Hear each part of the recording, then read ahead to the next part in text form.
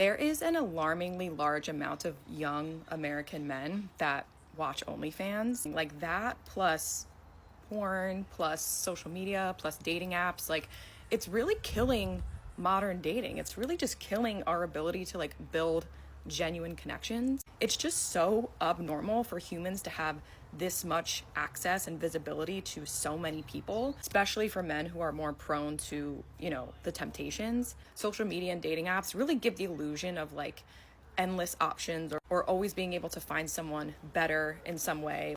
Like it really is so hard to find a good match. Like what even comes after this? It's just going to be like AI and robots like replacing real humans, replacing real connections in terms of like a romantic sense. Like trying to stay positive amid all of that, but yeah. If you think dating is exhausting, I'm going to tell you a story. I have a very good friend who went on, and I'm not kidding you here, 41 first dates last year. That's not even including the second dates or the third dates, mind you. So the total number of dates she went on was probably close to triple digits, I can imagine. And you might think that's crazy. And honestly, when she told me this, I was a little like, girl, that's a lot of dates. But then I remembered something.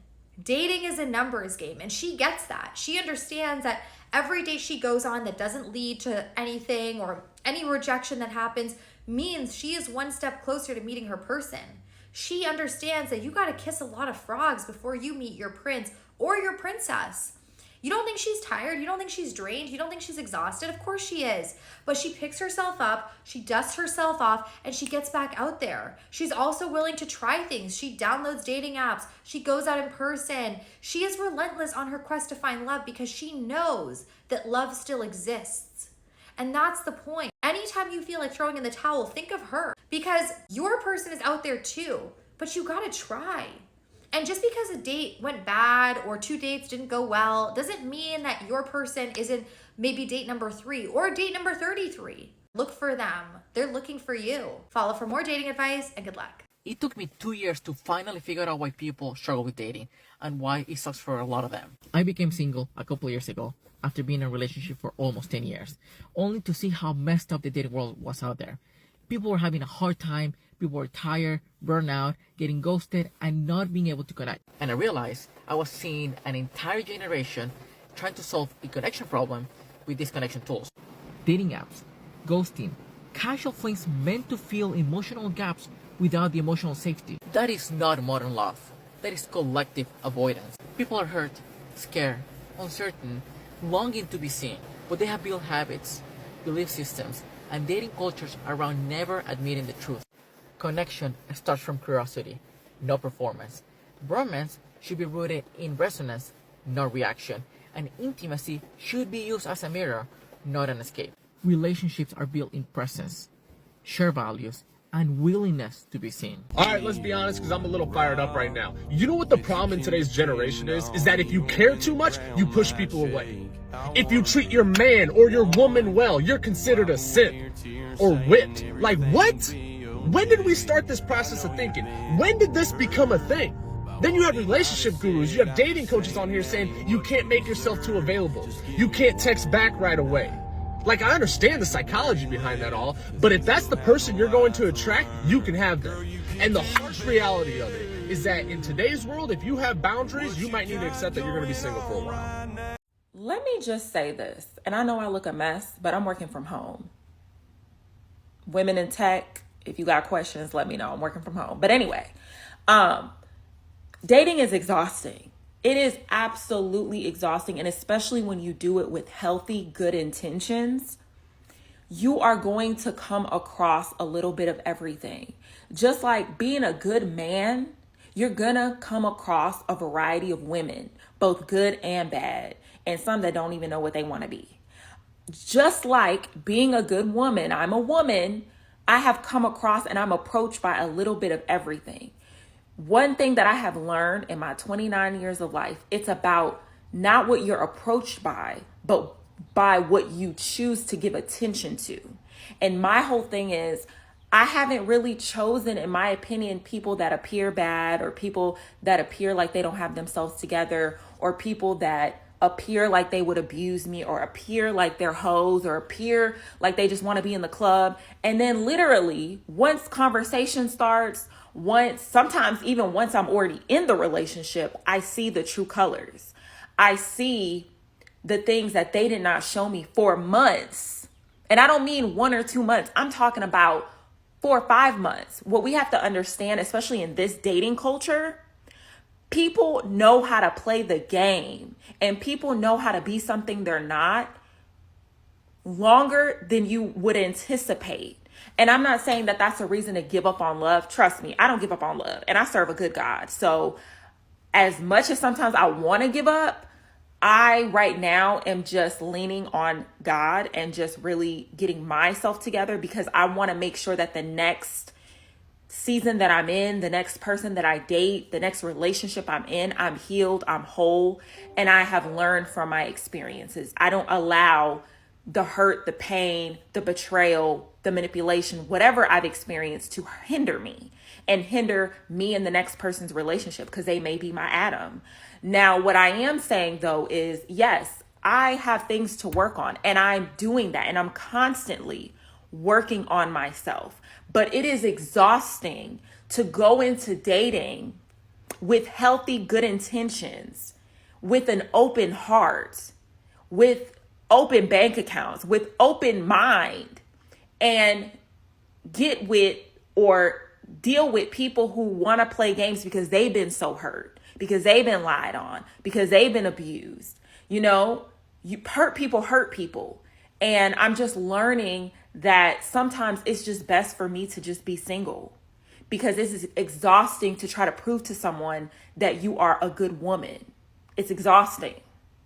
One of the biggest issues in modern day dating is that men want to be the girl, especially on a first date. They don't want to plan, they don't want to schedule, they just want to show up. And this is why I no longer accept invitations to go on hikes or get coffee or meet at a bar, because all of those things take absolutely no effort. We are just two people showing up and looking pretty together. And I want to be the girl of the relationship. So that means I want a man who's capable of booking a reservation, getting a ticket, bringing sustenance, literally doing anything besides just showing up and looking pretty, because that's my job. Who can relate to this? Okay, this is why dating sucks. I'm gonna tell you right now. It sucks because we are conditioned for it to suck. Like, our society is built on us having relationship issues and struggles. Like, this all is designed to make sense. Let me explain. You gotta understand the fact that when we were little kids, little girls, when they were babies, their toys were babies. Like, they were vacuuming and had a kitchen and was emotionally caring for something before they were even double digits, for Christ's sake. Let's not even get it started with what they had to consume in terms of media. Young women, young girls were watching Disney movies, and then that turned into rom-coms, and then that turned into just guys and romance and love, and that's the only thing that matters. Screw your marketing career. You better learn to love freaking Christmas and a guy that owns a tractor shop. And let's flip the script on it. Us as young men, we're born with wrestling. We're born with watching movies and TV and films and consuming, conquering, and taking over. No emotional caring anything of anything. We saw the cool guy on TV and he got all the chicks, and he didn't have an ounce of emotions and caring for nobody except for winning. And the women loved him for it. And as you grow up as a young man, you translate that to sports. You translate that to different aspects of this conquering, wanting to be better than the other guys. So add some trauma and add some childhood issues and struggles and unhealedness, you have a whole lot of destructive masculine action-taking energy and a lot of unhealed traumatic female enabling energy going out in the clubs on the weekends. And notice how a man who is dealing with this sense of ideology, going out to the club, going out to the bar, he's thinking, I have to holler at a woman tonight in order for me to feel good about myself based on how I've been conditioned, so I look cooler in front of my boys. Notice how there's no emotions whatsoever of trying to find a partner or mate or anything. And then on the flip side, there's a woman who's been conditioned to receive love or look for romance, and the romance, what's the romance? And those two people meet. And then we see the issue. then we see the problem. Then we see the struggle of how we're both conditioned based on insecurities, based on not asking the hard, real questions of what the heck are we even doing? So it's really important for you to just step out of your own brain a little bit and ask yourself, who am I? And what type of life do I want to live? And who am I completely unbound, without insecurities, without caring for any external validation? Who, if I took away every single external validation, who am I? And who do I want to connect with on a spiritual level that is bigger than any sort of anything? Have the audacity to lead with compatibility based on the life that you're meant to have versus what you think you should have. And those are the hard questions we have to ask ourselves, come up with answers, and then have the audacity and courage to share with someone else at the club. And then just maybe life could be a little bit more simple, and maybe we could actually find some lasting love. Thank you for my TED Talk. If you want to listen to more, I have a whole podcast on this stuff. Link in the bio. This is one of the biggest issues I have with modern dating today. Let's get into it. One of the biggest issues I have with modern dating today is that we have made toxic relationships normal. Love shouldn't be painful. No does mean no. Abuse is abuse, and women can be abusers too. Publicizing every aspect of your relationship on social media is not healthy. Violence in relationships is a no. Period. Jealousy and possessiveness is not cute. It shouldn't be a sign that somebody loves you. Publicizing every aspect of your relationship is not healthy. Blasting your significant other or your ex-significant other is cyberbullying. Not healthy. Love is not transactional. Expecting compensation after sexual acts, i.e. money or gifts, makes it a transaction, which makes you more like a sex worker than a girlfriend. Thought I would take some time to dispel some rumors. I had time today.